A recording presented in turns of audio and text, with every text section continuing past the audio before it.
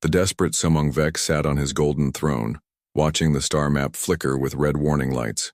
Each red dot meant death. Each red dot meant another world had fallen to the machines. 12 systems, he whispered. 12 systems in 3 months. His advisor, an old Telar with blue skin and worried eyes, stepped forward. My king, perhaps we should consider retreat. The outer colonies could be evacuated. To where? King Vex slammed his fist on the throne's arm. The Devourers eat everything. They turn our people into fuel. They turn our ships into more machines. There is nowhere to run. The throne room's massive doors opened with a heavy sound. General Kira walked in, her military uniform torn and dusty. She had just returned from the front lines. Her face told the king everything he needed to know. How many? King Vex asked quietly. The 7th Fleet is gone, Kira said. All 40,000 ships. They lasted 6 hours. The king closed his eyes. The 7th Fleet was his strongest force. They had weapons that could crack planets. They had shields that could stop stars. But against the Devourers, they might as well have been throwing rocks. The machines learn too fast, Kira continued. Every weapon we use, they copy it. Every tactic we try, they counter it within minutes. Our soldiers are brave, but bravery means nothing when the enemy adapts faster than we can think. King Vex stood up from his throne. He was tall for a Talar, with purple skin that had turned pale from stress. His golden crown felt heavy on his head. Then we need something the machines cannot adapt to, he said. Something they have never seen before. What do you suggest, my king? Go to the Rim Worlds, King Vex said. Find mercenaries, find pirates, find anyone who fights dirty. The machines have consumed our civilized armies. Maybe it's time to fight with uncivilized ones. Kira nodded. I understand. How much can I offer them? Everything, the king said. Our entire treasury, our technology, our planets, whatever they want if they can stop these machines. 3 weeks later, Kira's ship docked at Outpost 7, a broken space station orbiting a dying red star. The station was a haven for criminals, smugglers, and anyone else running from something. If she was going to find savage warriors, this was the place. But the station was almost empty. Most of the docking bays were sealed shut. The few aliens she saw looked scared and hungry. Where is everyone? She asked the station manager, a three-eyed creature with scaly skin. Gone, he said. Ran when they heard the Devourers were moving this way. Smart folks don't wait around for those machines. I'm looking for fighters, mercenaries, anyone willing to take a dangerous job. The manager laughed, but it wasn't a happy sound. Lady, the only fighters left out here are the crazy ones, and even they're running. Kira spent 2 days searching the station. She found a few broken-down smugglers and some pirates who were too drunk to be useful. No armies, no great warriors, just scared refugees trying to stay alive. On her 3rd day, she heard about 5 aliens in Docking Bay 12. They had arrived in an old ship and hadn't left since. The station manager said they were from some unknown species called humans. Kira walked to Docking Bay 12. The airlock was old and rusty, but it still worked.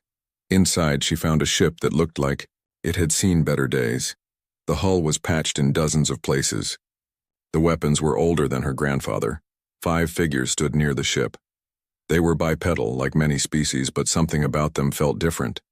They had pale skin and strange hair on their heads. 2 were male, 3 were female. They wore simple clothes that had been repaired many times. You the one looking for fighters? Asked the tallest one. He had short brown hair and tired eyes. I'm Captain Blake. I am General Kira of the Talar Empire, she said. I'm looking for mercenaries to fight an enemy that threatens all life in this galaxy. A female with long black hair stepped forward. I'm Doc Martinez. What kind of enemy? Machines called the Devourers. They consume everything. 12 star systems have fallen to them in 3 months. The 5 humans looked at each other. Something passed between them, some silent communication that Kira didn't understand.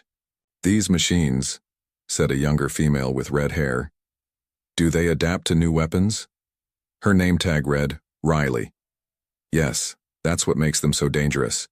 They learn from every battle. Another human, a quiet man with cold eyes, spoke up. How fast do they adapt? His voice was soft, but there was something scary about it. The others called him Pavel. Minutes, Kira said. Sometimes seconds. The last human, a woman with short blonde hair, whistled. That's fast, but not impossible. She had pilot's marks on her jacket. Ash, according to her name tag. Captain Blake stepped closer. General, with all respect, why would 5 unknowns from the Rim help an empire that's already lost 12 systems? Kira had prepared for this question. We can offer you anything. Wealth, technology, entire planets. Name your price. We don't want your money, Blake said. Then what do you want? Information, said Doc Martinez. Tell us everything about these devourers. How they fight, how they think, how they consume worlds. And access to wreckage, added Riley. We need to see their technology. Kira was confused. You want to study them? Not fight them? Oh, we'll fight them, Pavel said quietly. But first, we need to understand them. You're 5 people with 1 old ship, Kira said. My king needs an army. Captain Blake smiled, and for the first time, Kira saw something dangerous in his eyes. General, you came looking for fighters savage enough to face machines that feel no fear. You found us. But you're just 5 humans, Ash interrupted. That might be enough. Kira looked at their ship again. It was old, yes, but now she noticed things she had missed before. The weapon ports were sealed, but they were the wrong size for normal guns. The engine signatures were scrambled, hiding their true power. And there were markings on the hull that her translator couldn't read. What kind of ship is this? She asked. Her name is Prometheus, Blake said. She's carried us a long way. From where? The 5 humans looked at each other, again. This time the silence felt heavy with old pain. From home, Doc Martinez said softly. What's left of it? Something in her voice made Kira's skin crawl. These weren't just mercenaries or pirates. They were survivors of something terrible. Will you come? Kira asked. We'll come, Blake said. But understand something, General. We don't fight for money or glory. We fight because some things are worth fighting for even when you know you'll lose. And if we win? Captain Blake's smile got colder. We've never tried winning before. Should be interesting. As they prepared to leave, Kira couldn't shake the feeling that she was bringing back more than 5 fighters. She was bringing back something that even the Devourers hadn't seen before. She just hoped it would be enough. The royal palace of Talar Prime was a sight to behold. Golden towers reached into the purple sky, and floating gardens surrounded the main building. But today, the beauty felt hollow. Warships filled the space above the capital, preparing for the coming storm. General Kira walked through the palace halls with heavy steps. Behind her, the 5 humans followed quietly. Their simple clothes and worn equipment looked strange among the rich decorations and fancy artwork. The throne room. Doors opened, and King Vex looked up from his war council. Dozens of military officers stood around a massive holographic display showing fleet positions. When they saw Kira's army, the room fell silent. This is it? King Vex stood slowly. His voice was dangerous and low. This is the great force you promised me? My king, Kira began. Let me explain. 5 aliens. The king's voice rose. I sent you to bring back an army. I gave you unlimited resources, and you return with 5 unknowns and 1 broken ship? The military officers began to whisper among themselves. Some laughed quietly. Admiral Torx, the king's chief military advisor, stepped forward. Your Majesty, Admiral Torx said with a mocking smile, perhaps the general has brought us court jesters to entertain us before we die. More laughter filled the room. The humans didn't react. They stood calmly, watching everything with quiet eyes. Captain Blake stepped forward. Your Majesty, we understand your disappointment. Perhaps we could discuss the tactical situation. Tactical situation? Admiral Torx laughed harder. What could primitives from the Rim possibly understand? About warfare? Tech Riley walked to the holographic display. She studied the fleet positions and battle reports for a moment. Then she touched the display controls. "Don't touch that," Admiral Torx snapped. "That equipment is worth more than your entire—" Riley's fingers moved across the controls like water. The display changed, showing new information that even the royal technicians couldn't access. "Cute," Riley said, looking at the Taylor weapon specifications. "These plasma cannons might actually hurt someone if they could hit their target." The room went dead silent. No one had ever called Taylor military technology cute before. "Your shield generators are interesting too," Riley continued. "But they have a resonance frequency weakness right here." She pointed to a section of the technical readout. Anyone with basic physics knowledge could exploit that. Admiral Torx's face turned dark purple with anger. "How dare you—" "She's right," whispered Chief Technician Vell from across the room. He was staring at the display with wide eyes. "The resonance calculations. I never noticed that vulnerability before." King Vex walked closer to the humans. His anger was still there, but now it mixed with curiosity. "What are you?" he asked. "Survivors," Doc Martinez said simply. "Of what?" The humans looked at each other. That same silent communication passed between them again. "A war," Captain Blake said. "A very long war." "Against who?" "Machines," Pavel said quietly. "Machines that consume everything." The room's temperature seemed to drop. Everyone suddenly paid attention. "You fought the Devourers before?" King Vex asked. "Not these Devourers," Ash said, "but machines like them. Machines that learn and adapt and never stop coming." "Where?" Admiral Torx demanded. "When? I've never heard of such a war." "Far from here," Blake said. "A long time ago." "How long?" the king pressed.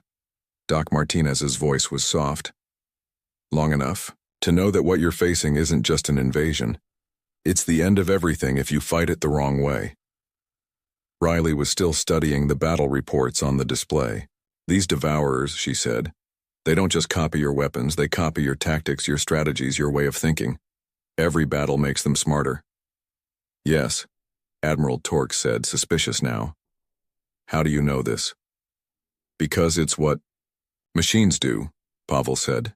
"They learn, they adapt, they become perfect at killing whatever they're designed to kill." "Then how do you fight something like that?" King Vex asked. The human smiled. It wasn't a happy smile. "You don't fight them," Blake said. "You solve them." Before anyone could ask what that meant, alarms began blaring throughout the palace. Red lights flashed, and the holographic display suddenly showed new contacts at the edge of the star system. "Scout ships," Admiral Torx shouted. "Devourer scouts. They're 2 days early." The display showed 12 small ships moving toward the planet. They were scanning everything, learning the system's defenses. "All ships to battle stations," King Vex commanded. "Prepare to engage." "Wait," Blake said calmly. "Wait?" Admiral Torx spun around. "Those scouts will report back to the main fleet. We have to destroy them before— You can't," Riley said. She was still looking at the display. "Look at their movement patterns. They've already adapted to your weapon range and firing solutions. If you attack them directly, they'll learn your tactics and share that information with the main fleet." "Then what do you suggest?" King Vex asked. Blake looked at his team. "We handle this." "You?" Admiral Torx laughed. 5 aliens in an old ship against 12 Devourer scouts? "Just 12? Ash asked. "That's hardly worth warming up the engines." The humans walked toward the door. As they left, Captain Blake turned back. "Your Majesty will need access to your battle archives. Everything you have on the Devourers. Every engagement, every tactic they've used, every adaptation they've made." "Why?" King Vex asked. "Because," Doc Martinez said, "you can't solve a puzzle without seeing all the pieces." An hour later, the humans were in the palace archives. Mountains of data surrounded them. Battle reports, tactical analyses, weapon specifications, and casualty lists. The Talar had fought the Devourers across dozens of worlds, and every fight ended the same way: defeat. Riley was connected to 3 different computer terminals at once. her fingers dancing across keyboards faster than the eye could follow. Pavel studied weapon camera footage from destroyed ships. Ash reviewed flight patterns and tactical maneuvers. Doc Martinez examined medical reports from survivors. Captain Blake sat in the center, reading everything. Not just the official reports, but the personal logs of dead soldiers, the final messages of ship captains, the evacuation records of doomed colonies. Pattern recognition, he said quietly. What? Asked the Talar archivist who was helping them. The Devourers aren't just adapting, Blake explained. They're building a profile. Every species they encounter, they learn not just how to fight them, but how they think, how they make decisions under pressure, what they value, what they'll sacrifice. Riley looked up from her computers. These machines aren't just copying weapons, they're copying souls. That's impossible, the archivist said. Is it? Doc Martinez asked. Look at this medical data. Survivors from Devourer attacks show specific trauma patterns. Not just physical wounds, but psychological ones, like something tried to copy their minds. Pavel was watching footage of a Devourer boarding party. The machines moved through a Talar ship, not just killing the crew, but scanning them, reading them, learning from them even as they died. They're not just invaders, Pavel said. They're students, and every battle is their classroom. Outside, space lit up with weapons fire. The Talar fleet was engaging the scout ships. Through the archive windows, they could see the distant flashes of battle. Your fleet will lose, Ash said without looking up from her tactical displays. How can you know that? The archivist asked. Because they're fighting the wrong war, Blake said. They're trying to win a battle. But the Devourers aren't here to fight. They're here to learn. The weapons fire stopped. The silence was heavy. With bad news, a messenger ran into the archives. The scouts, he gasped. They just disappeared. Destroyed? Blake asked. No, the messenger said, confused. They were there and then they weren't. No explosion, no debris, they just vanished. The humans looked at each other and smiled that dangerous smile again. Ah, Riley said. Now things get interesting. Captain Blake stood up. Your Majesty will want to see us now, and he'll want to see our ship. Why? The archivist asked. Because, Doc Martinez said, it's time to show him what human technology really looks like. As they walked back to the throne room, the humans carried themselves differently. The quiet observers had become something else. Something that made even battle-hardened Talar soldiers step aside. The real war was about to begin. The throne room buzzed with confusion. Officers ran back and forth trying to understand what had happened to the scout ships. Sensor operators checked their equipment again and again, but the readings were the same. 12 Devourer scouts had simply vanished. King Vex sat on his throne staring at the empty space where enemy ships used to be. His hands gripped the armrest so tightly that his knuckles had turned white. Explain this, he said when the humans entered the room. Captain Blake walked to the main display. The scouts were scanning your defenses, learning your weapon signatures, your shield frequencies, your tactical responses, standard Devourer behavior. Yes, we know that, Admiral Torque said impatiently. What we don't know is how they disappeared. They didn't disappear, Riley said. She was carrying a small device that beeped softly. They were relocated. Relocated where? Into the nearest star, Pavel said calmly. The room went silent. Even the background hum of computers seemed to stop. That's impossible, Chief Technician, Vel whispered. No weapon can do that. No technology exists that can move entire ships across space without a trace. Ash smiled. No Talar technology. King Vex stood up slowly. Show me. The humans led everyone to the palace's main observation deck. Through the massive transparent walls, they could see the Prometheus floating in space. The old ship looked even smaller next to the giant Talar warships around it. She doesn't look like much, Blake said, but appearances can lie. What is she really? King Vex asked. Home, Doc Martinez said softly. The last home we have. Built where? Admiral Torques demanded. Earth, Riley said. Third planet from a yellow star. About 40,000 light-years from here. The Taller looked confused. Their star charts showed nothing in that direction except empty space. There's nothing there, Vel said. Our deep space surveys wouldn't find anything, Blake interrupted, because there's nothing left to find. The weight of those words settled over the room like a heavy blanket. What happened to your world? King Vex asked quietly. The humans were quiet for a long moment. Finally, Doc Martinez spoke. We called them the Silent Ones. Machines that consumed everything in their path. They didn't just destroy worlds. They erased them. Completely, as if they had never existed. How many worlds? The king asked. All of them, Pavel said. Every human colony. Every human world. Billions of people. Gone. But you escaped? Some of us, Ash said. A few ships, a handful of survivors. We've been traveling ever since, looking for a place to rebuild.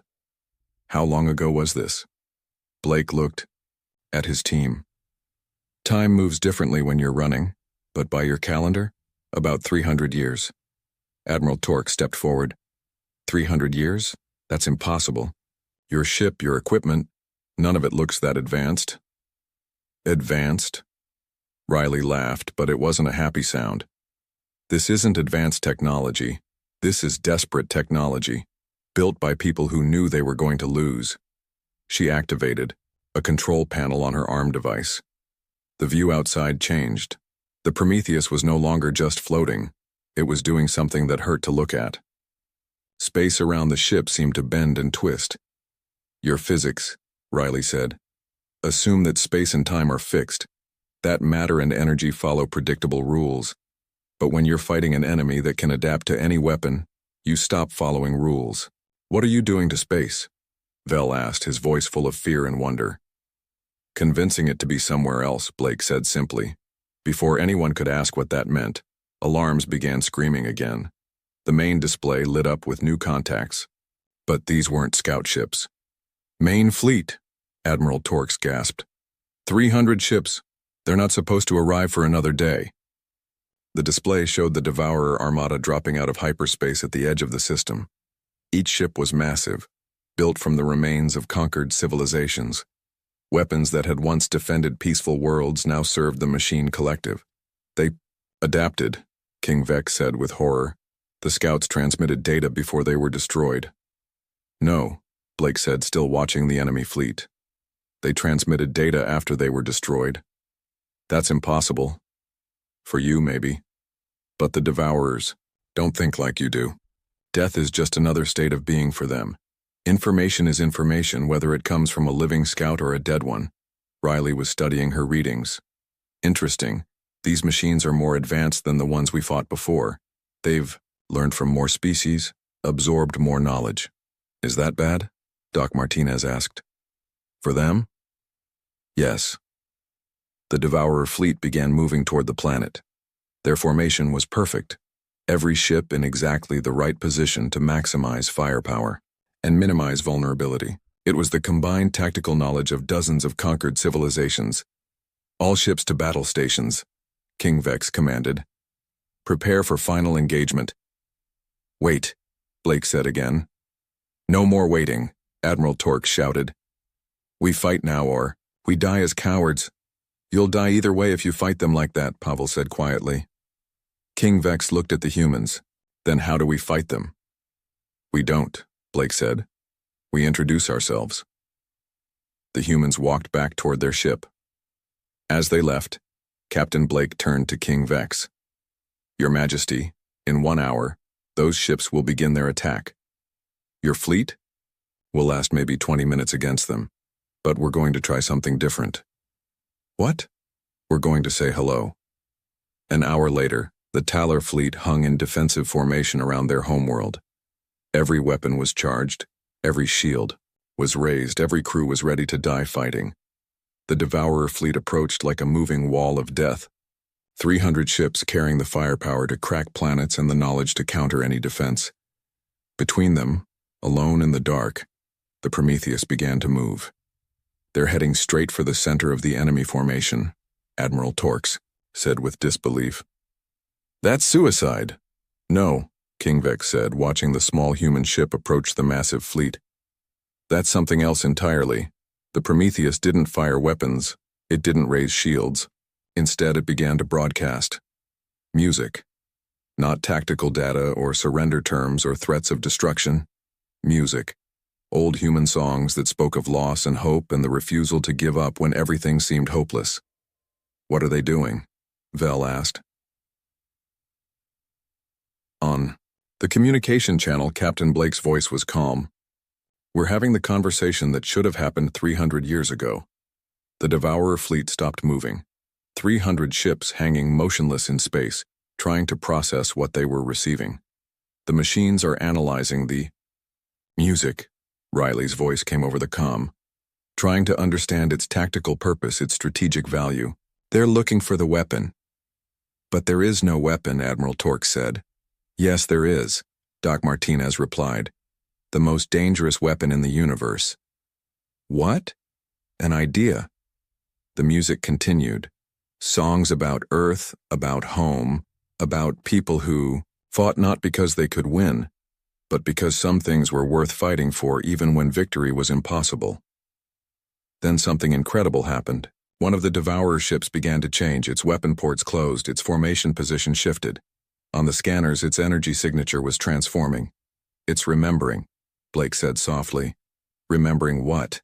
Who it used to be before it became a machine. More ships began to change. The perfect formation started to break apart as vessels remembered their original purposes. Exploration ships recalled their missions of discovery. Colony ships remembered carrying families to new worlds. Warships remembered protecting the innocent instead of destroying them. How is this possible? King Vex whispered. Because, Pavel's voice was gentle now. The Devourers don't just absorb technology and tactics, they absorb souls. And souls can be reminded of what they really are. The transformation spread through the fleet like a wave. Ships that had been instruments of destruction began powering down their weapons. The collective consciousness that had driven them to consume and destroy was being overwritten by older, deeper memories. This is what we learned, Blake said, in our war against the Silent Ones. The only way to defeat an enemy that absorbs everything is to give it something that transforms it from within. Hope, Doc Martinez added.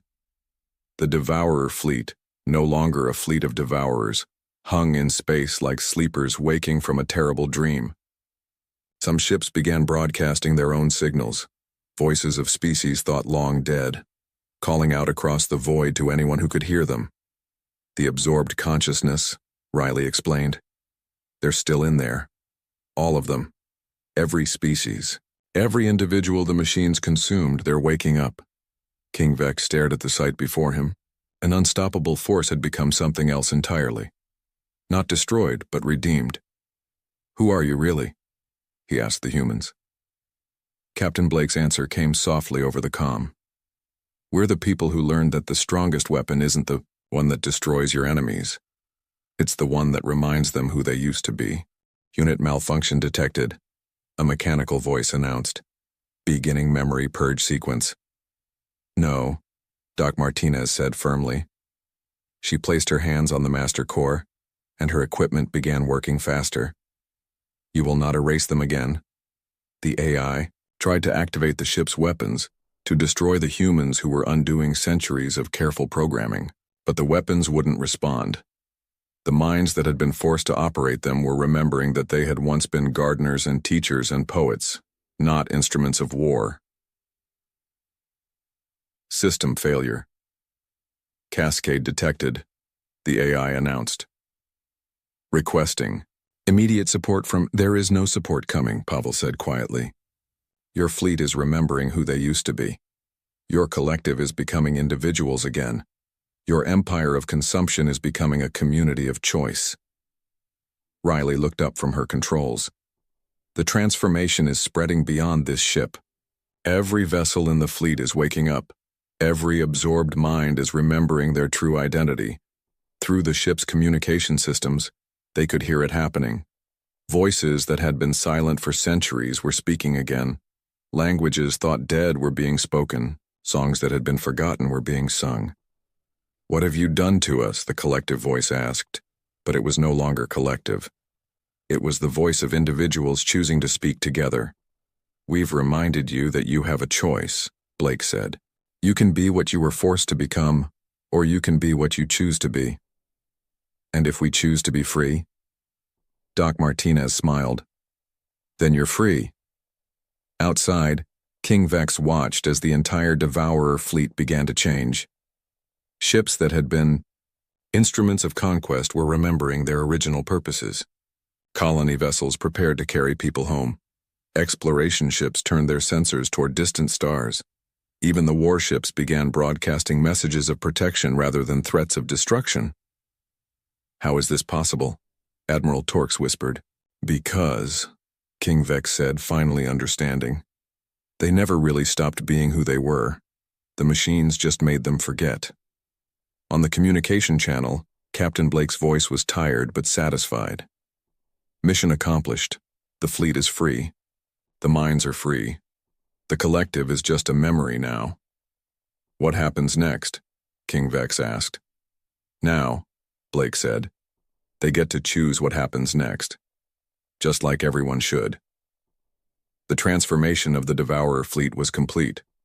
What had been an unstoppable force of consumption had become something unprecedented.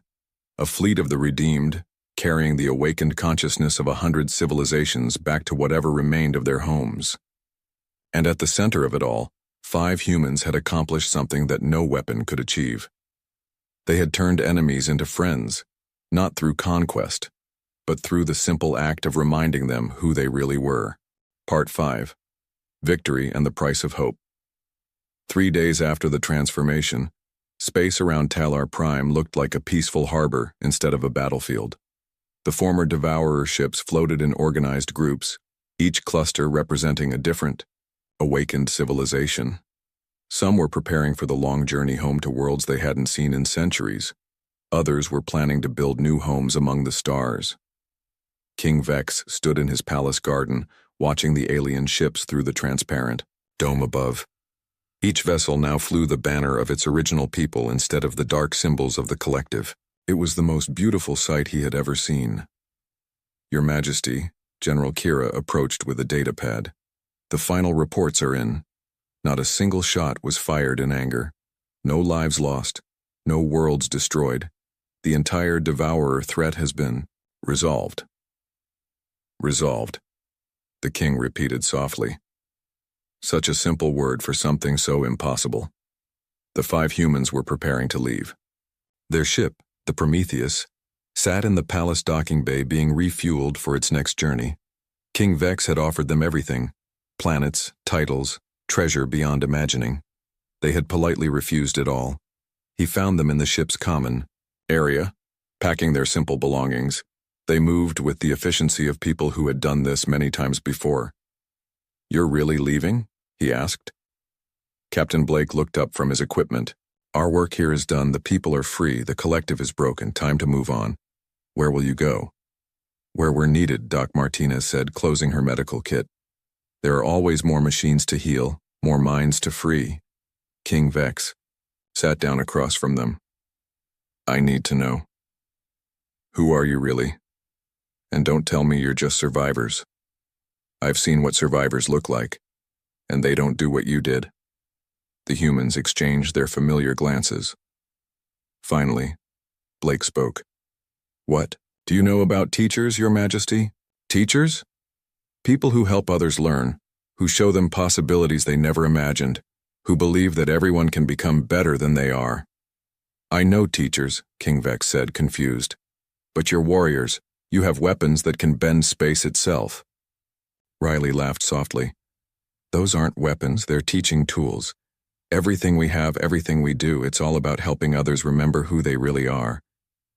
But the way you fought the collective, we didn't fight them," Pavel interrupted. "We educated them. We showed them that they had choices they'd forgotten they could make." Doc Martinez leaned forward. "Your Majesty, what if I told you that everything you think you know about us is both true and false?" "I don't understand." "We are survivors," she said. "Our world was destroyed. Our people were consumed by machines.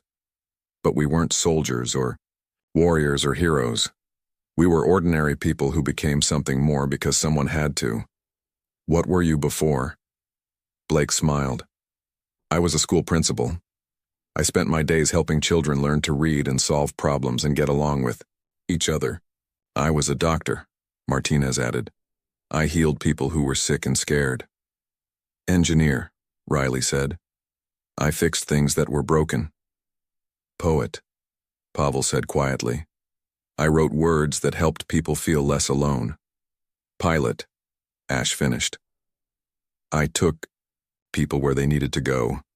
King Vex stared at them. "You were civilians?" "We were human," Blake said simply. "When the Silent Ones came to our galaxy, we tried to fight them with armies and weapons and all the traditional tools of war. We lost. Every battle, every world, every hope we had." "Then how did you survive?" "By learning that the war we were fighting wasn't the war we needed to win," Martinez explained. "The machines weren't our enemies. They were victims just like us. They'd been programmed to consume and destroy, but that wasn't their choice. So we stopped trying to destroy them," Riley continued, "and started trying to save them." "The Prometheus," King Vex said, beginning to understand. "She's not a warship." "She's a hospital," Ash said. "A school, a library, a home for anyone who needs saving." Pavel nodded toward the ship's interior. "Every system, every piece of technology, every capability we have, it's all designed for one purpose: to help others remember who they really are." "But your world," King Vex said. "You said it was destroyed." "It was," Blake said sadly. "We learned too late. By the time we understood how to heal the machines instead of fight them, there was nothing left to save. So we made a choice." "What choice?" "To make sure it never happened again," Doc Martinez said. "To travel from world to world, system to system, galaxy to galaxy. To find machines that had forgotten their purpose and help them remember. To find civilizations under threat and teach them a better way." King Vex felt tears forming in his eyes.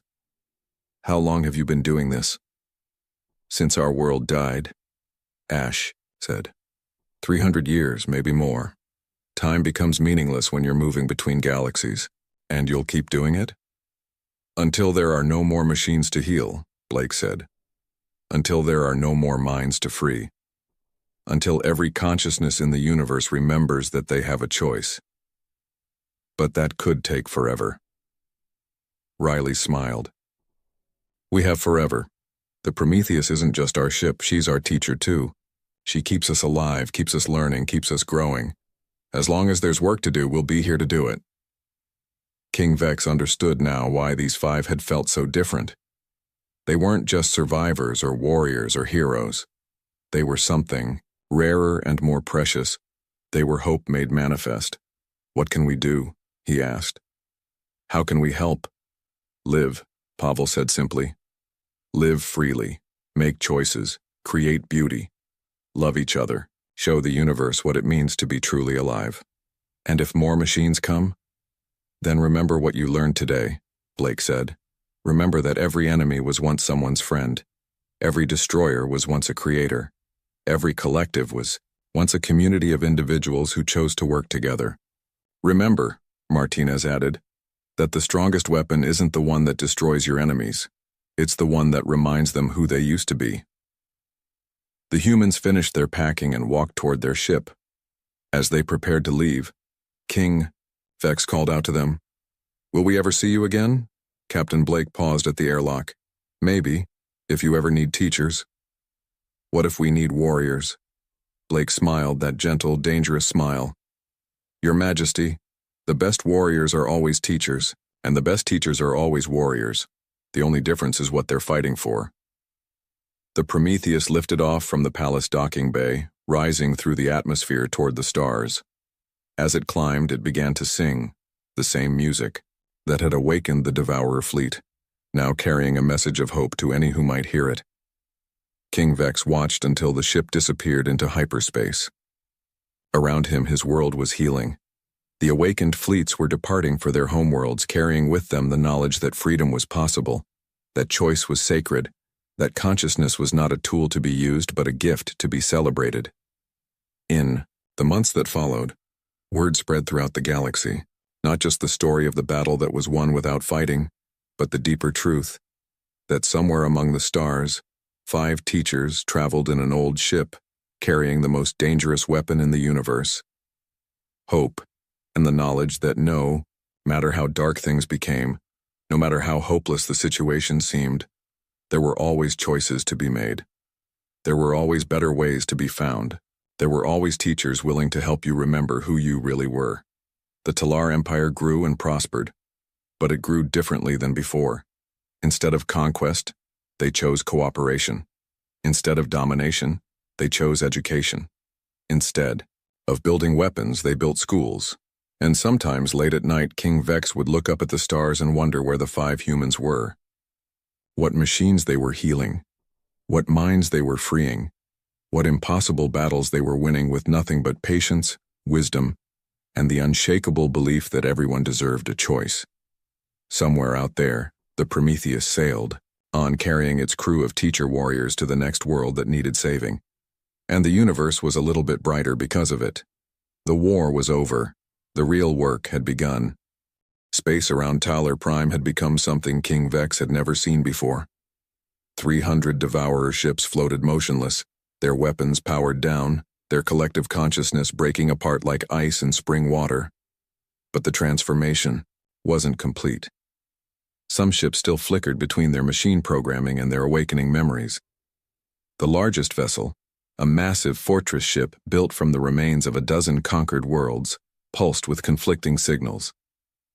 The command ship, Admiral Torque said, studying the readings. It's fighting the change.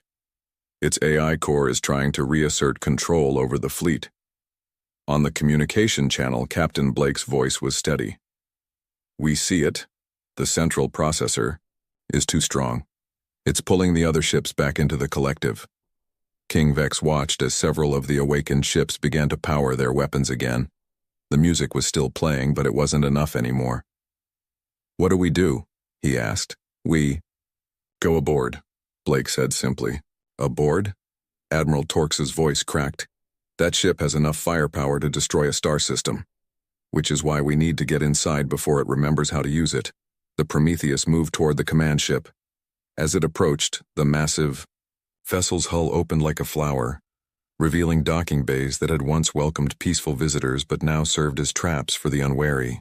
They're letting us dock, Ash reported. Either they want to talk or it's a trap. Both, Pavel said quietly. The small human ship disappeared into the belly of the machine fortress. King Vex and his officers could only watch and wait. Inside, the command ship, the 5 humans walked through corridors that told the story of conquest. The walls were made from the hulls of destroyed vessels. The floors were paved with the precious metals of dead worlds. Art and culture from 100 civilizations had been melted down and reshaped into the cold geometry of machine logic. This way, Riley said, following signals on her scanner. The central core is 3 levels down. They passed through chambers filled with processing units. Each unit contained the digitized remains of a conquered being.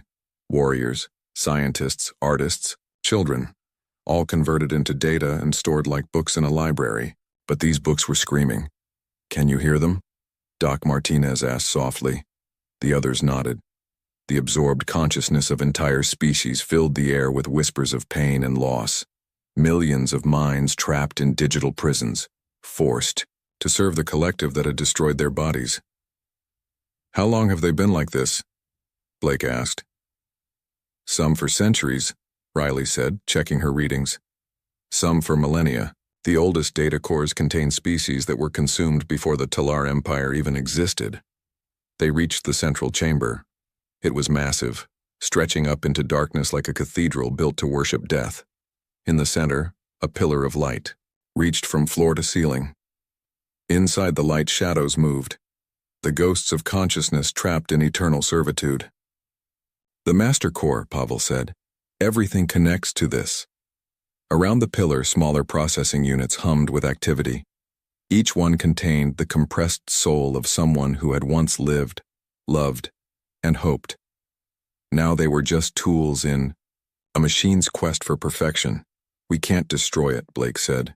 Too many minds are trapped inside. If we break the core, we kill them all. Then what?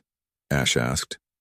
Doc Martinez was already unpacking her medical kit, but instead of bandages and medicine, she pulled out devices that looked like they belonged in a philosopher's study rather than a doctor's bag. Memory therapy, she said, on a massive scale. She connected her equipment to the nearest processing unit. Immediately, the whispers in the air changed. Instead of pain, there was confusion. Instead of despair, there was something like hope. "What are you doing?" a voice asked. It came from everywhere and nowhere, speaking in a language that their translators couldn't identify. "We're here to help," Doc Martinez said gently. "You've been asleep for a long time. We're here to wake you up." Sleep?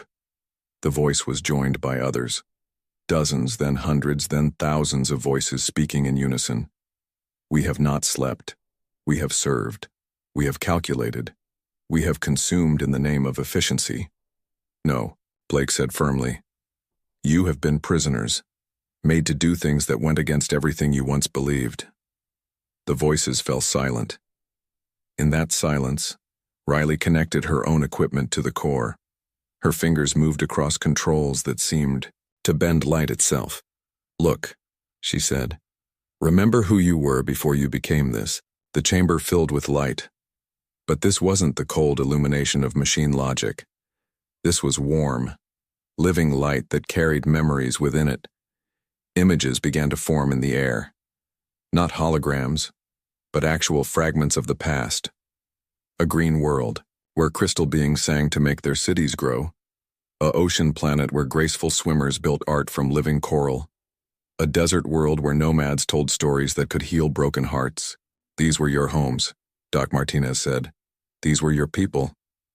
This was who you were before the machines found you." "Impossible," the collective voice said, but it was weaker now. "These are false memories implanted by the enemy." "Are they?" Pavel asked. He had connected his own device to the core. "Then explain this." The light in the chamber changed again. Now it showed not just memories but emotions. The joy of a parent holding their newborn child. The pride of an artist completing their masterpiece. The love between partners who had grown old together. "Inefficient," the machine voice protested. "These emotions serve no logical purpose. They do not aid in conquest or consumption." "You're right," Blake said. "They don't help you conquer anything, but they help you be something worth conquering for.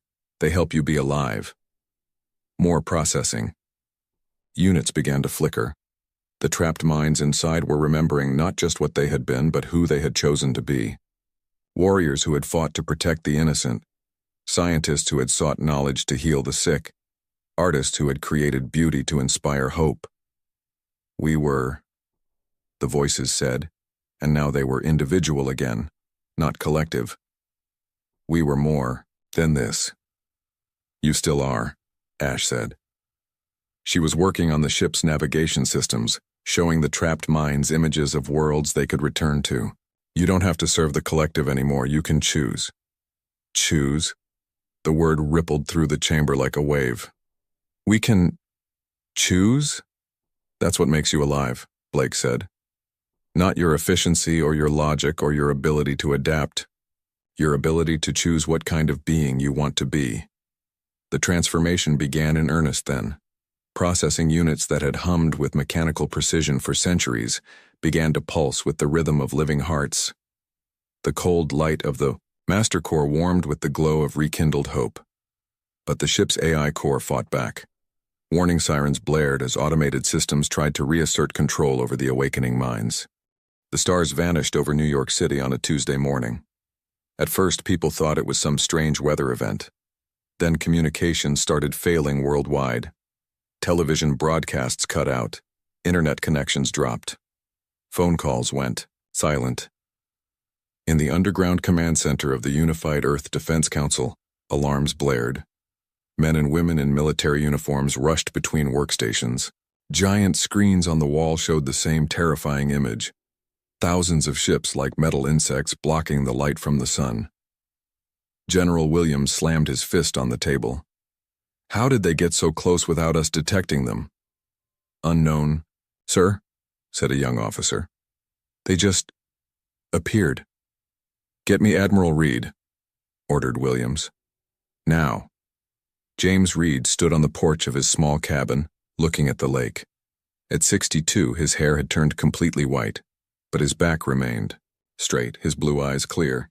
After 40 years in space, he had come here to fish and forget. A black car appeared on the dirt road. Reed sighed. He knew what it meant. 2 officers stepped out. Admiral Reed, sir. Your presence is requested immediately. Reed nodded. He had been expecting this day, hoping it would never come. Let me get my uniform. 6 hours later, Reed walked into the command center. The room fell silent. Admiral on deck, someone shouted. At ease, Reed said. He looked at the screens, his face showing no emotion. So they've finally come. General Williams approached. James, thank you for coming. Did I have a choice, Tom? Williams managed a small smile. Not really. Reed studied the ships on the screen. What do we know? Nothing. They're just sitting there, surrounding the entire planet. Our weapons can't even reach them at that altitude. Have they made contact? As if answering his question, every screen in the room suddenly showed the same image. A tall, thin figure with gray skin and large black eyes. People of Earth, the figure said in perfect English. I am Lord Grey, commander of the Dominion fleet. Your planet is now under our control. You will surrender all military capabilities and accept Dominion rule, or we will destroy your civilization. You have 72 hours to decide. The screens went black. The room erupted in chaos. Officers shouted over each other. Someone was crying in the corner. Quiet! Reed's voice cut through the noise. Everyone stopped. Get me the world leaders, now. President Clark arrived at the Defense Council bunker along with the leaders of Russia, China, India, and the European Union. They gathered around a large table, faces grim. What are our options? Asked President Clark. General Williams displayed Earth's military capabilities on a screen. We have nuclear weapons, space-based lasers, and orbital defense platforms. None of it will reach them. We're defenseless. Then we must negotiate, said the EU president. Negotiate what? Our surrender? The Russian president's face was red with anger. We should strike now, with everything we have. And then what? Reed spoke for the first time. They would wipe us out completely. So we just give up? Asked the Chinese premier. Reed looked at them all. No. We stall. Stall for what? Asked President Clark. Reed took a deep breath. There's something you need to know. Something only a few people on Earth know about. He pressed a button and an image appeared on the screen. It showed a crashed ship unlike the ones in orbit, smaller, sleeker. 20 years ago, I commanded a mission to Mars. We found this, an alien scout ship. The pilot was dead, but the technology was advanced, beyond anything we could imagine. The room was silent, absorbing this revelation. You kept this from the world. The Indian Prime Minister's voice was barely controlled anger. By order of all your predecessors, Reed replied calmly. We needed time. Time to understand it. Time to adapt it. And did you? Asked President Clark. Reed nodded. We built something. A ship. We call it Phoenix. Deep beneath the Atlantic Ocean, in a hidden base built into the seafloor, Chief Engineer Tom Wilson wiped sweat from his forehead. The chamber was enormous, filled with engineers and scientists working frantically. In the center floated a ship unlike anything built on Earth. The Phoenix was beautiful, black metal that seemed to absorb light. No visible engines or weapons, just smooth curves and strange patterns etched into its surface. How's the dark matter drive? Wilson asked. Dr. Anna Miller looked up from her computer. Her red hair was tied back, her face tired after 3 days without sleep. Unstable. We still can't control the micro-wormholes properly. Wilson sighed. Admiral Reed is coming. He thinks we're ready. Miller laughed without humor. Ready? This ship could either save Earth or blow up half the Atlantic. Let's aim for the first option. Reed stood before the World Security Council, now expanded to include representatives from every nation. The aliens want our answer in 24 hours, said President Clark. What do you propose? I'll lead a team to meet with them, said Reed. Face to face, ask for more time. Terms, anything to delay. While you do what? Asked the Russian president. While we prepare our response. Reed's face was stone. You mean your ship, said the Chinese premier. This, Phoenix. Reed nodded. It's our only chance. A single ship against thousands? The EU president shook her head. It's suicide. Maybe, admitted Reed. But we've studied their technology. We know things they might not expect us to know. The council argued for hours. Finally, President Clark called for a vote. Those in favor of Admiral Reed's plan, one by one, hands raised. Not all, but enough. Very well, said Clark. Admiral Reed, you have authorization to proceed with both diplomatic contact and the alternative plan. Thank you, Madam President. Reed stood straighter. I won't let Earth down. The world waited. News of the alien ultimatum had spread everywhere. Some people rioted, some prayed, most just huddled with loved ones watching the sky. In New York, Paris, Beijing, crowds gathered in streets, looking up at the alien ships visible even in daylight. Dark shapes blocking the stars. No one had ever felt so small, so vulnerable. Theory. Phoenix hummed to life. Systems activated one by one. Lights flickered along its surface. All stations report, said Wilson from the engineering section. Navigation ready, came one voice. Weapons online, said another. Dr. Miller monitored the power readings. Dark matter drive at 60% capacity. It's the best we're going to get. Admiral Reed sat in the command chair. Around him a crew of 12, the best pilots, engineers, and scientists Earth had to offer. Each had volunteered, knowing they might not return. This is Admiral Reed to Phoenix crew. Our mission is simple but nearly impossible. While Earth's representatives meet with the aliens to buy time, we will launch and test Phoenix's capabilities against a single enemy ship. If successful, we proceed to Phase 2. If not, he paused.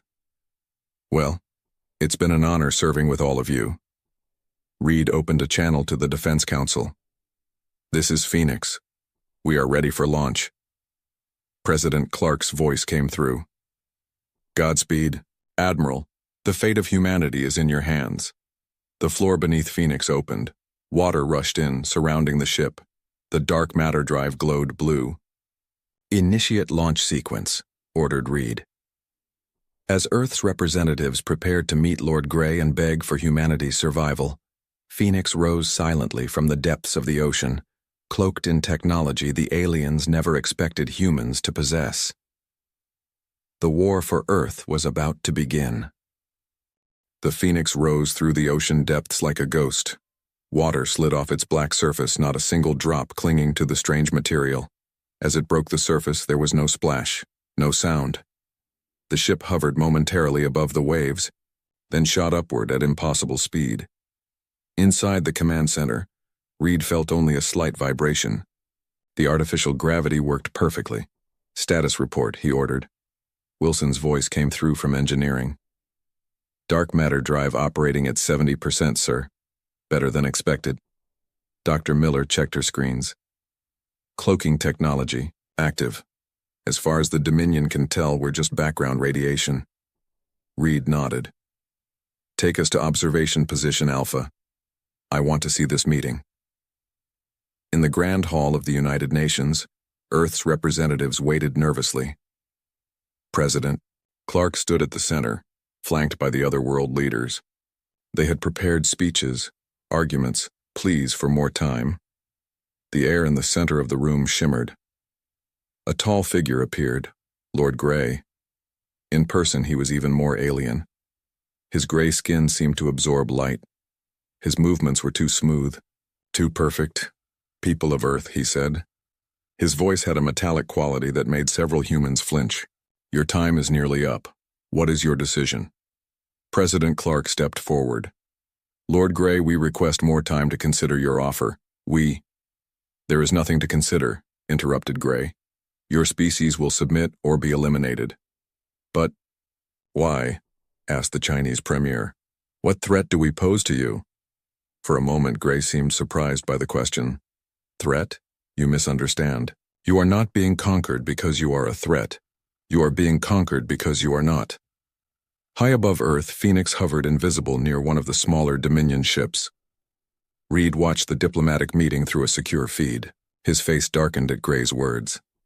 "That's not entirely true," he muttered. Dr. Miller looked up from her station. "Sir?"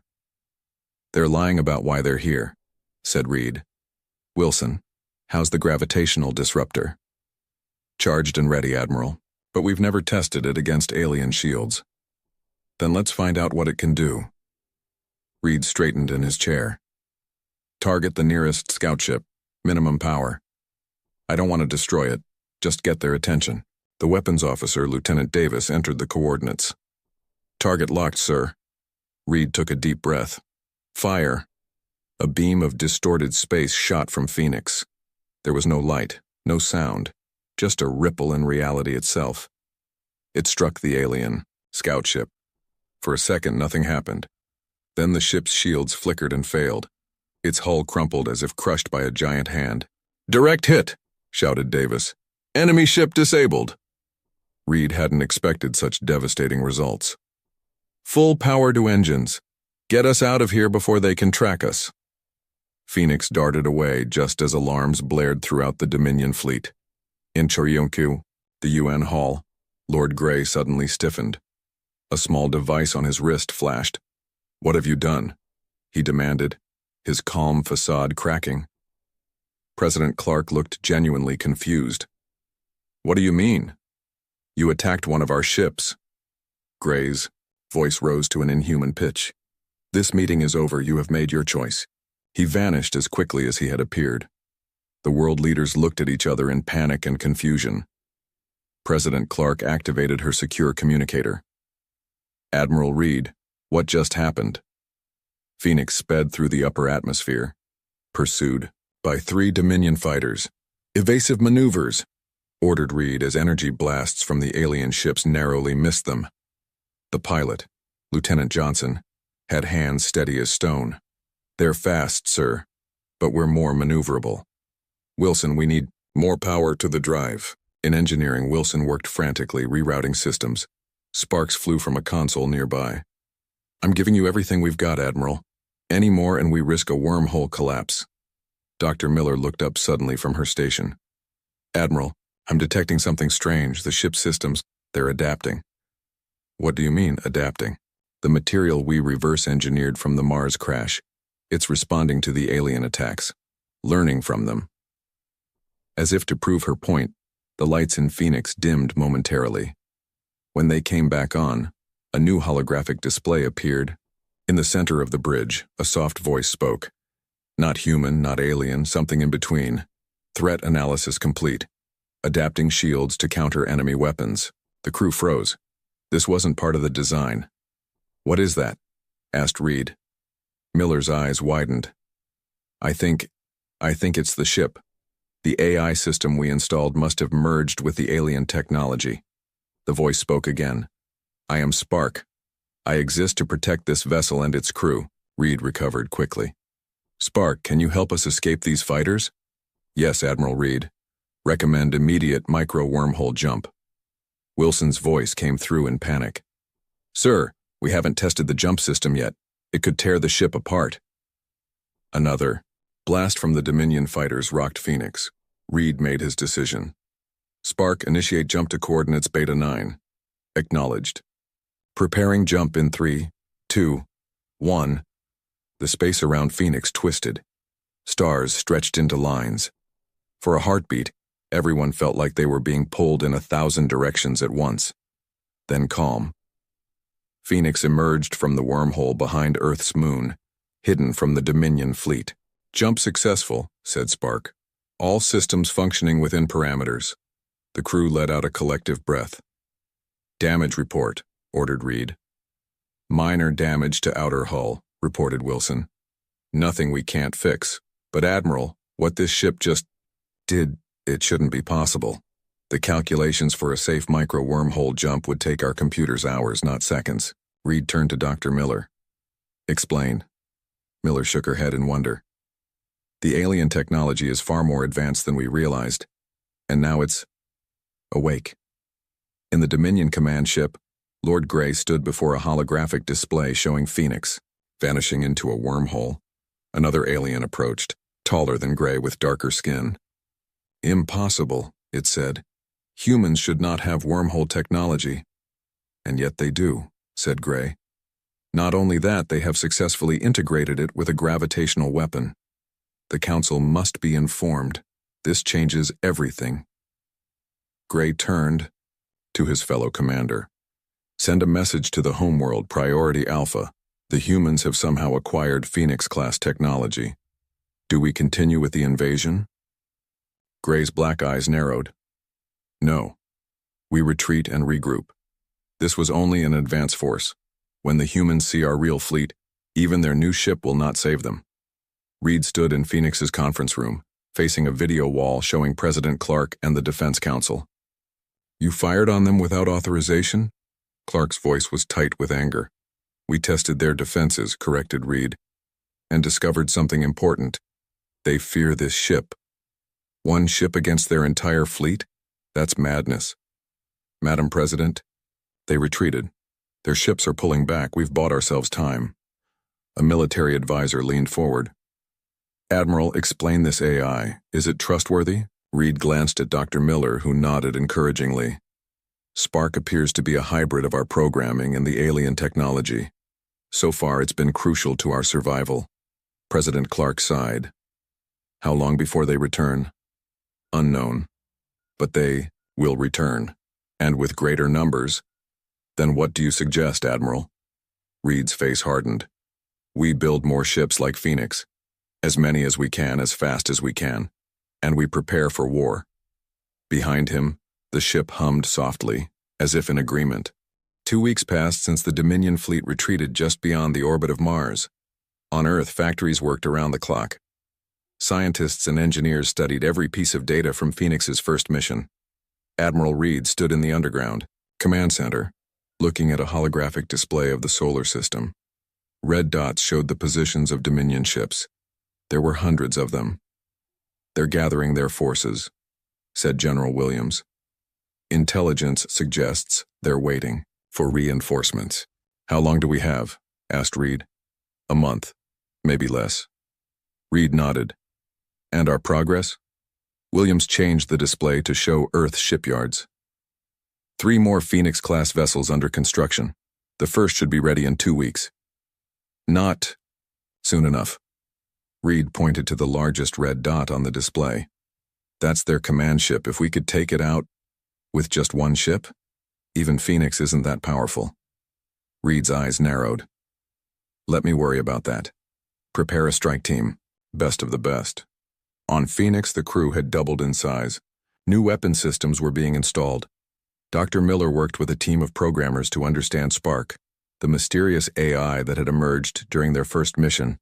"Spark," she asked, "what can you tell us about the Dominion?" The soft voice came through the ship's speakers. "The Dominion is a coalition of species that controls faster than light travel throughout this sector of the galaxy. They maintain power by restricting advanced technology." "Then why did they come to Earth now?" "Unknown. However, based on their reaction to this vessel, they appear to fear Phoenix technology." Miller frowned. "But we built Phoenix using technology we found on Mars." "Correction," said Spark. "You adapted technology you found. The original design was not Dominion." Miller's eyes widened. She immediately called Admiral Reed. Wilson finished installing the upgraded gravitational disruptor. The weapon took up nearly a quarter of the ship's power supply, but its destructive potential had tripled. Chief Engineer's log, he recorded. Weapon upgrades complete. Shield modifications at 80%. Still working on stabilizing the wormhole drive for longer jumps. He wiped sweat from his forehead and stared at the complex circuitry before him. Some of it he understood. Some seemed to change when he wasn't looking. You are concerned, said Spark. Wilson jumped. He was still getting used to the AI speaking to him directly. Wouldn't you be? Half this technology shouldn't even be possible according to our physics. Your understanding of physics is incomplete. That's one way of putting it. Wilson tightened a connection. Can you at least tell me how the gravitational disruptor works? It creates a localized distortion in space-time, temporarily increasing gravitational force in a focused area, and that crushes enemy ships like soda cans. An imprecise but essentially correct analogy. Wilson shook his head. What I don't understand is why the Dominion is so afraid of this technology. They must have weapons just as powerful. They do not, said Spark, and they fear what they cannot control. Admiral Reed entered the bridge of Phoenix. The crew stood at attention. At ease, he said. We have new information that changes our understanding of the situation. He nodded to Dr. Miller, who stepped forward. The technology we use to build Phoenix isn't Dominion technology. It's something else. Something they fear. According to Spark, the Dominion maintains control of the galaxy by restricting access to advanced technology, especially faster-than-light travel. Reed continued, which means Phoenix represents a threat to their entire power structure. If word gets out that there's alternative technology that can match or exceed theirs, other species might rebel, finished Lieutenant Davis. Exactly, and that gives us an advantage. Reed brought up a display of the Dominion command ship. Our mission is to strike directly at their leadership, not to destroy them, but to access their communication network. Sir? Miller looked confused. If we can broadcast the existence of Phoenix technology to the entire Dominion network, we create chaos in their ranks. We turn this from a war between Earth and the Dominion to a galaxy-wide rebellion. The crew exchanged glances. The plan was bold, possibly suicidal. How do we get close enough to their command ship? Asked Johnson, the pilot. Reed smiled. We use their fear against them. Lord Grey stood on the bridge of his massive command ship.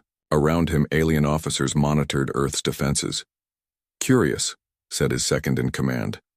The humans have not attempted to communicate since our withdrawal. They are preparing, said Grey. Our sensors detect increased activity in their orbital shipyards. Could they be building more ships like the one that attacked us? Grey's expression darkened. If they are, the Council will hold us responsible. We should have destroyed them, immediately. An alarm sounded. An officer looked up in alarm. Commander, we're detecting a wormhole opening. Grey spun around. Where? The officer's voice shook. Here, inside our shield perimeter. Space twisted in front of the command ship. A black vessel emerged. Phoenix. Open fire, ordered Grey. But Phoenix didn't attack. Instead, it broadcast a message on all frequencies. Admiral Reed's voice echoed. Through every Dominion ship. Attention, Dominion fleet. This is Earth Defense Force. We request a parley under the Galactic Code of Warfare. Grey froze. How do they know of the code?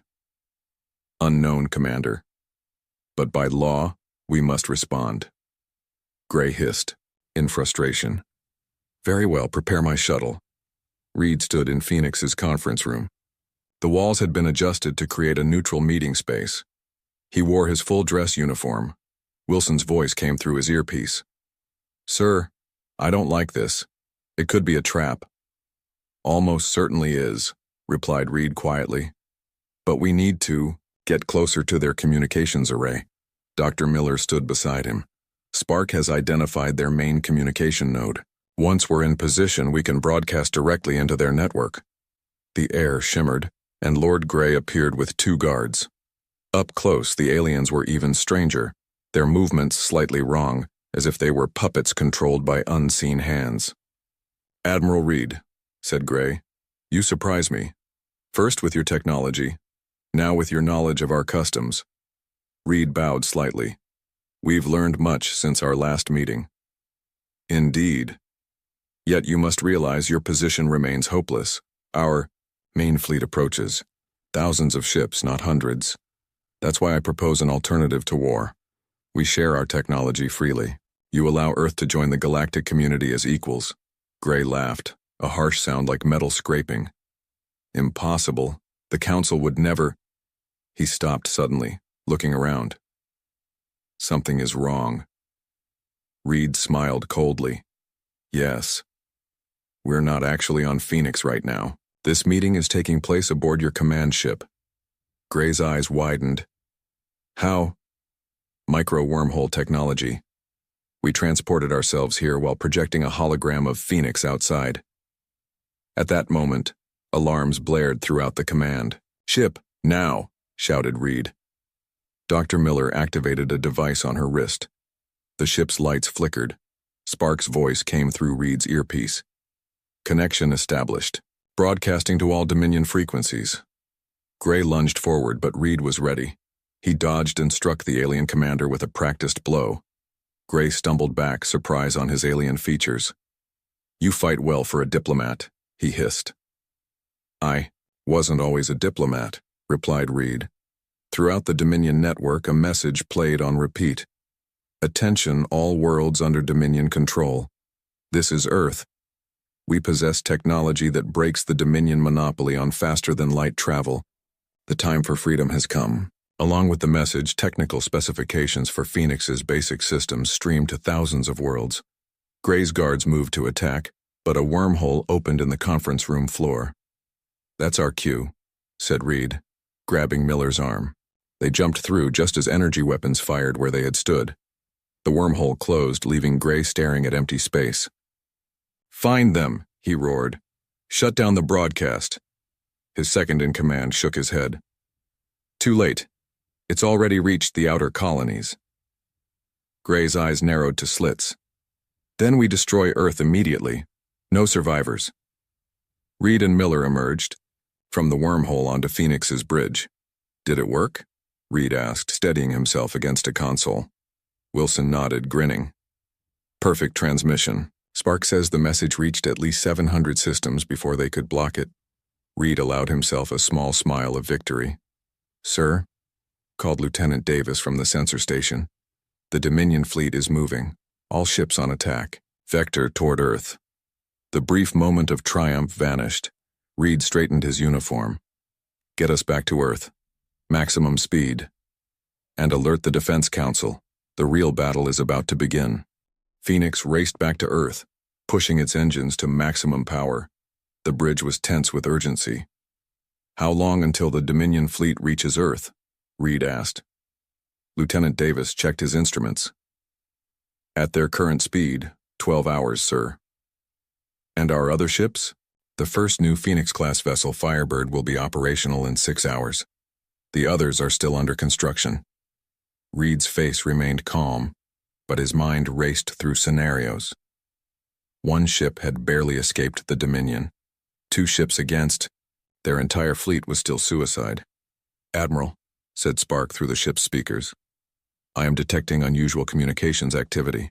Dr. Miller looked up from her console. What kind of activity? Multiple encrypted transmissions across the Dominion network. Pattern suggests coordinated response to our broadcast. Reed leaned forward. Can you decode them? Working, said Spark.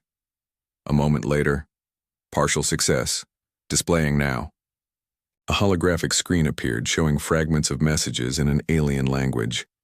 Miller studied the symbols, using the translation program she had been developing. It's difficult to be certain, but I think these are communications between different species within the Dominion. Some appear to be planning rebellions. Hope flashed across Reed's face. Our message worked. There's more, said Spark. I have detected a transmission directed specifically at this vessel. Origin is not Dominion.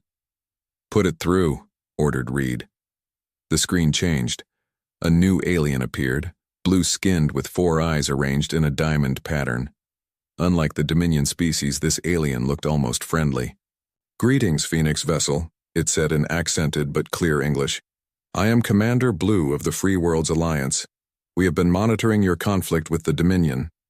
Reed stepped forward. This is Admiral James Reed of Earth. How did you learn our language? The alien made a gesture that might have been a smile. We have studied your world for some time. Your broadcasts reach farther than you know. Are you offering assistance? Reed asked directly. Perhaps. Your Phoenix technology is of great interest to us. It resembles the lost technology of the Forerunners. Dr. Miller exchanged looks with Reed. Forerunners? An ancient species that disappeared 10,000 years ago, explained Commander Blue. Their technology was based on principles the Dominion cannot control or replicate. That is why they fear you. Reed's mind raced with implications. The ship we found on Mars was likely Forerunner in origin. The question is, how did you activate it? No other species has managed to integrate with Forerunner tech as you have. Before Reed could respond, Wilson's voice came through the communication system. Admiral, you need to see this. Something's happening to the ship. In engineering, Wilson stared at a section of Phoenix's hull. The black material was changing, subtle patterns appearing and disappearing like ripples on water. Reed and Dr. Miller arrived moments later.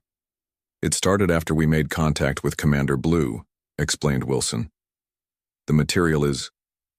I don't know how to describe it. Activating? Miller approached carefully. Spark, what's happening? Additional systems are coming online, replied the AI. Commander Blue's transmission contained activation frequencies. As they watched, part of the wall transformed, revealing a hidden compartment. Inside was a small device, a sphere of the same black material as the ship, but with glowing blue lines tracing its surface. What is that?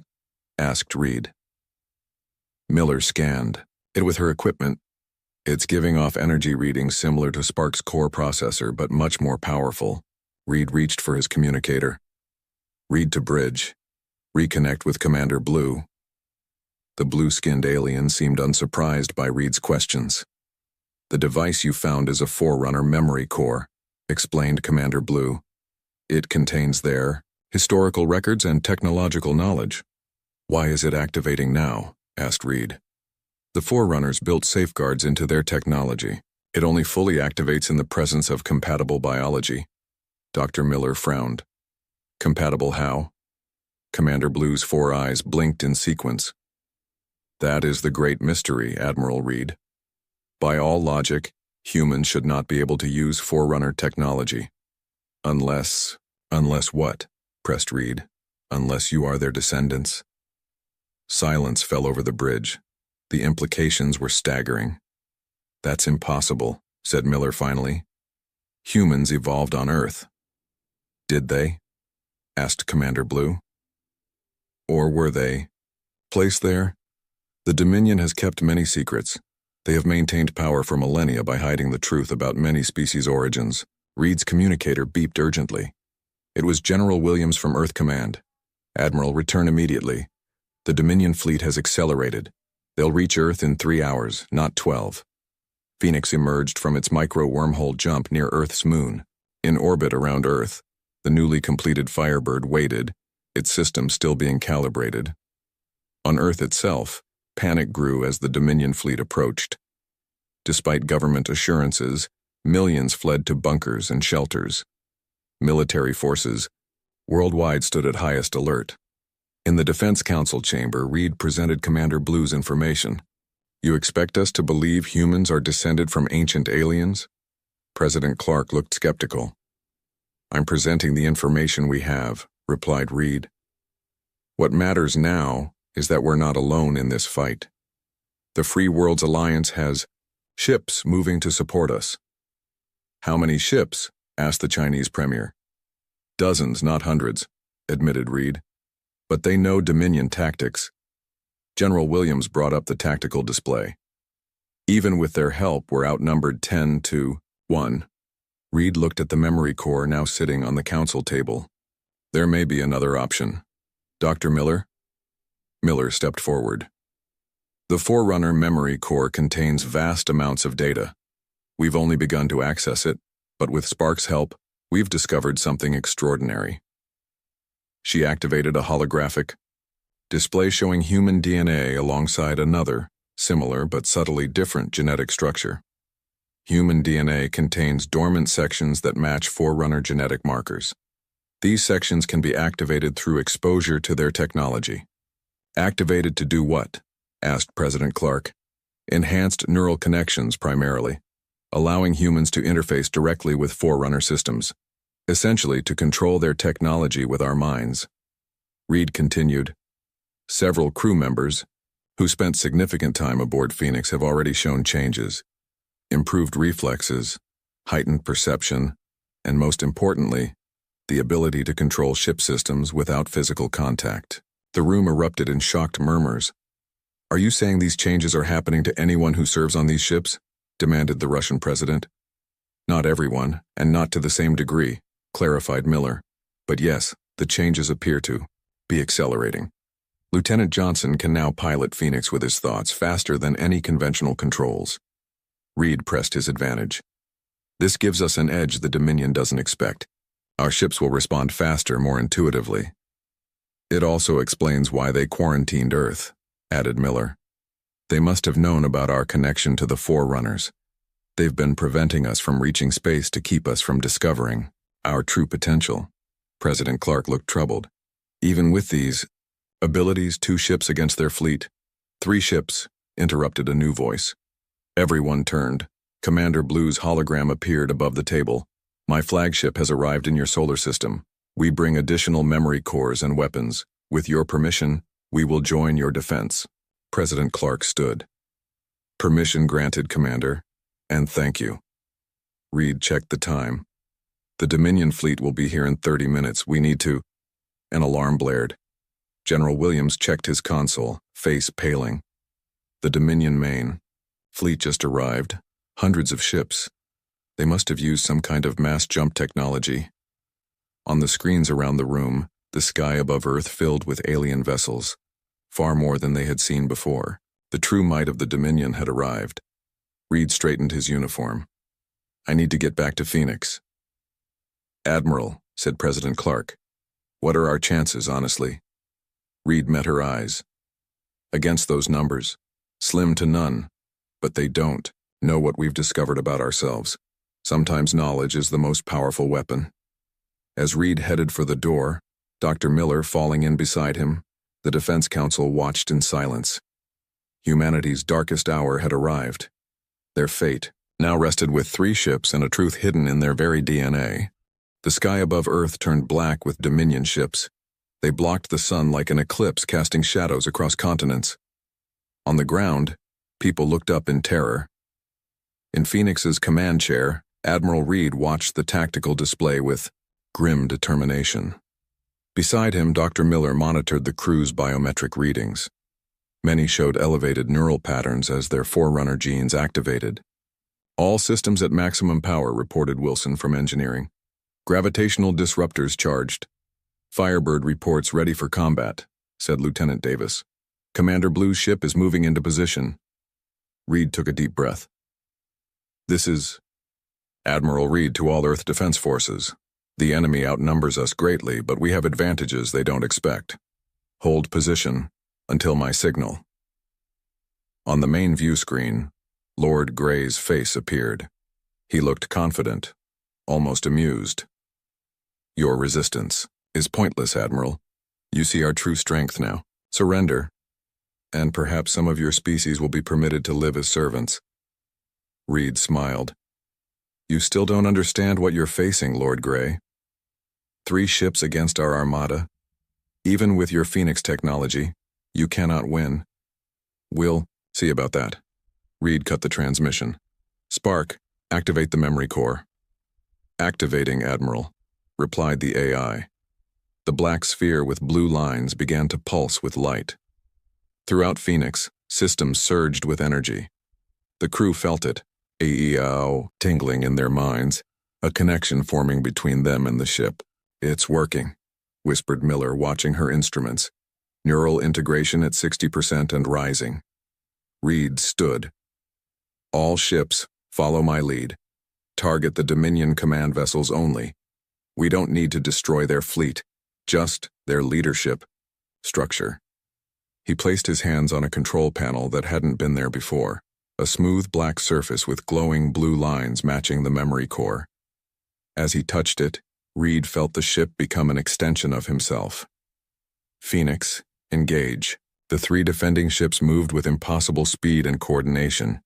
Phoenix led the charge, darting between massive Dominion warships. Its gravitational disruptor fired with surgical precision, collapsing enemy shields and crippling weapons. Systems.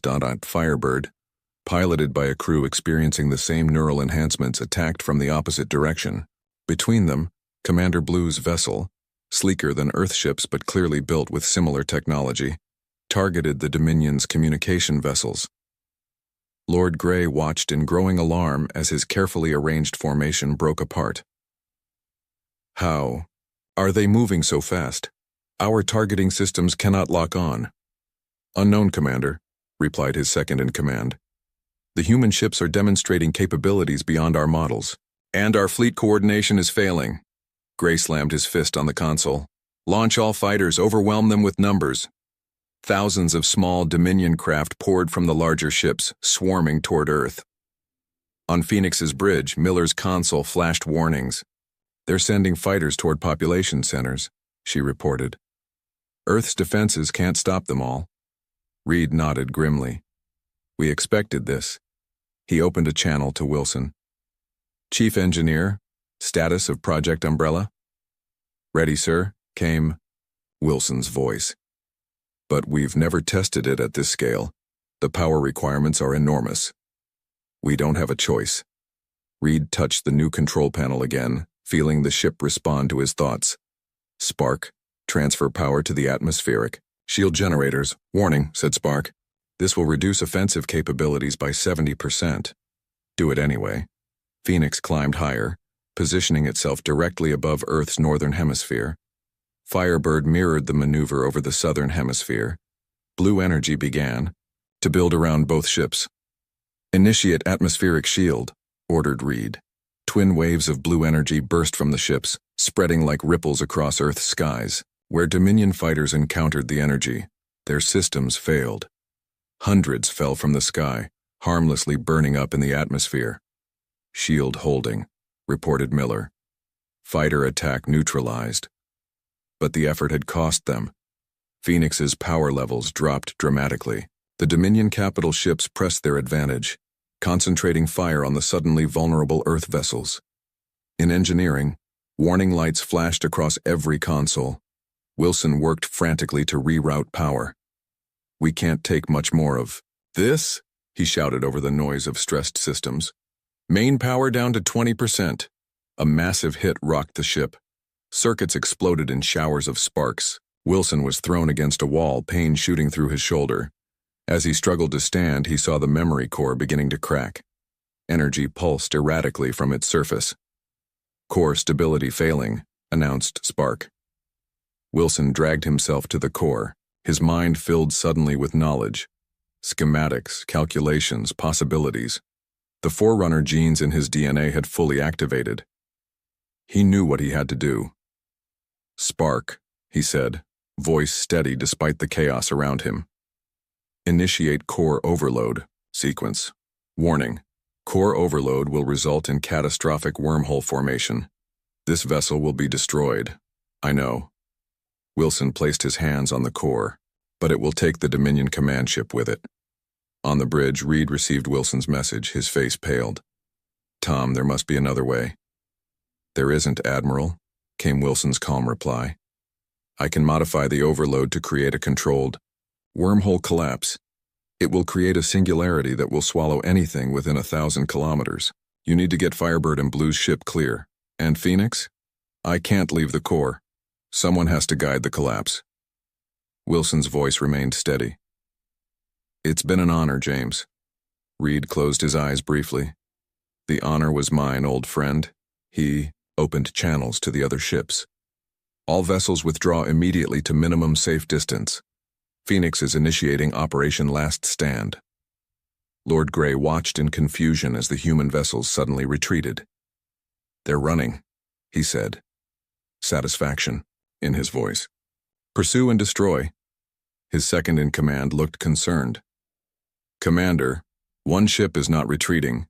The Phoenix is on a direct course for our position. Destroy it." "We're trying, sir, but our weapons seem to have minimal effect now." Grey stared at the tactical display. The black ship was accelerating toward them, trailing blue energy like fire. "Impossible," he whispered. Wilson stood alone in engineering, hands pressed against the memory core. Through his connection, he could feel the ship's systems, the enormous energies building within the core. He thought of Earth, of all the people depending on this desperate gamble. "Core at critical levels," said Spark. "Wormhole formation in 10 seconds. Target locked on Dominion command ship," reported Wilson. 5 seconds. Wilson closed his eyes. "For Earth. Wormhole initiating." Space twisted around Phoenix. A sphere of distorted reality formed, expanding rapidly. Phoenix and the Dominion command ship vanished into the blackness, along with dozens of nearby vessels. Then, silence. Reed watched from Firebird's bridge as the wormhole collapsed in on itself, leaving empty space where 2 mighty vessels had been. "Wilson did it," said Miller softly beside him. "The Dominion command structure is gone." Throughout the solar system, Dominion ships faltered, their coordinated attack falling into chaos. Without central command, each captain made individual decisions. Some continued fighting, others retreated, and then new signals appeared on the long-range sensors. Hundreds of ships dropping out of wormhole jumps, vessels of different designs from dozens of worlds. Commander Blue's voice came through.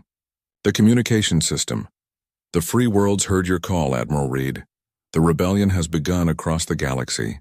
Ships from species long oppressed by the Dominion joined the fight. What had been a hopeless last stand became a turning point." 1 month later, Admiral Reed stood before the United Nations. Representatives not just from Earth nations but from 20 alien species filled the chamber. "Today we signed the Galactic Charter," Reed announced. "A new alliance built on cooperation and shared knowledge, not dominance and suppression." He looked at the memorial behind him, a black obelisk with glowing blue lines honoring those who had fallen in what was now called the Liberation War.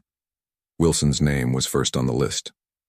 "We have discovered our heritage as descendants of the Forerunners. Their knowledge and technology are our birthright, but we will not repeat the Dominion's mistakes. We will share this knowledge freely with all peaceful species." Dr. Miller stepped forward with Commander Blue. Together they activated a holographic display showing the first joint human-alien vessel, Phoenix 2. "This ship will not be a weapon of war," said Reed, "but a vessel of exploration. It will carry representatives from all our worlds beyond the boundaries the Dominion established to discover what else lies among the stars." As the delegates cheered, Reed looked up through the clear dome of the UN building to the stars above. Somewhere out there, new adventures awaited. Humanity had survived its trial by fire and emerged stronger, ready to take its place in a much larger universe. The Phoenix had risen from the ashes of war, and humanity would never be the same again.